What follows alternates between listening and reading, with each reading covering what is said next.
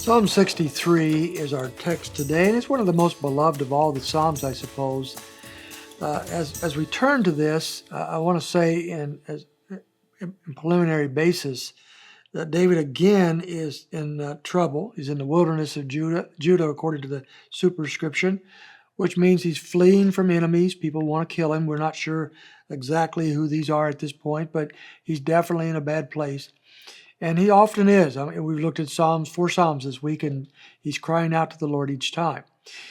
But this Psalm is special because it brings about, it points us in the direction of one of the most wonderful aspects of trials, struggles, and people hurting us or bad circumstances of life. And that is that it pushes us to want God more. One of the things that trials and difficulties do is draw us to the heart of God, or they should. But not always does that happen. Sometimes we get belligerent, sometimes we get rebellious, sometimes we get bitter. And if we do that, we'll never benefit from the difficulties we're facing. But if we do what David does here, these trials can become very special and even precious times in our lives because they reveal to us, they expose to us our real heart need. And then it takes us to satisfaction of that heart need. Follow along with what David is saying in verse 1. O God, you are my God. I shall seek you earnestly. My soul thirsts for you. My flesh yearns for you in a dry and weary land where there is no water. So here he is in this dry, weary land, both physically and spiritually. And his soul now sees his great need is God. He yearns for God. He seeks God just as someone seeks to have water when they're thirsty. That's what his soul wants. His soul yearns for him.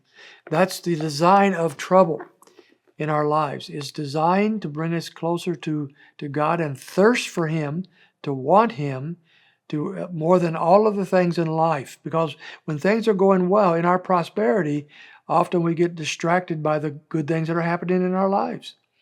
And we get fixated on those good things. But when the sorrows come and the troubles come and those other things fall away, we see our real need, the real need of our soul is God himself, and we thirst for him. He goes on to talk about this further in verse 2. Thus I have seen you in the sanctuary, and I see your power and your glory. Because your loving kindness is better than life, my lips will praise you. Now he's come to the place where he realizes that the most wonderful thing in his life is not the money he might have or even the family that he has or this, that, or the other. It's God himself and his loving kindness. And I think we see this word loving kindness show up in every one of the Psalms we've looked at this week. It's such a precious gift to us from God. His loving, merciful, gracious kindness to you and I. And it's better than life, David proclaims. And it is. What a joy to know of his loving kindness. And as a result of that, our lips praise him. In verse 5, my soul is satisfied as with marrow and fatness. His soul that longed for God in verse 1 and thirsted for him is now being satisfied by this very God he longs for. God's loving kindness is filling him with satisfaction.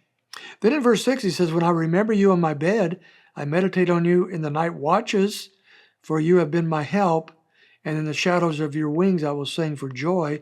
My soul clings to you, your right hand upholds me. When I read these verses, I thought of myself, how often I have maybe laid in bed at night, contemplating a difficult circumstance that's coming up, or sorrow, or whatever, and my mind is not meditating on God, it's meditating on my problems. Or it might even be planning out the next day. And I'm distracted by that. Here David is meditating on God in his bed in the night watches. And as a result of that, what he realizes is that in the shadows of God's wings, he's protected, and that leads him to joy, and that leads him to wanting to cling to his God. His meditations lead him to where he needs to be. Our meditations should do the same. This was convicting for me because, once again, often I just think of difficult things at night instead of meditating upon the greatness of God and letting that lead me to cling to him as the one who is just filled with loving kindness for me and in my life.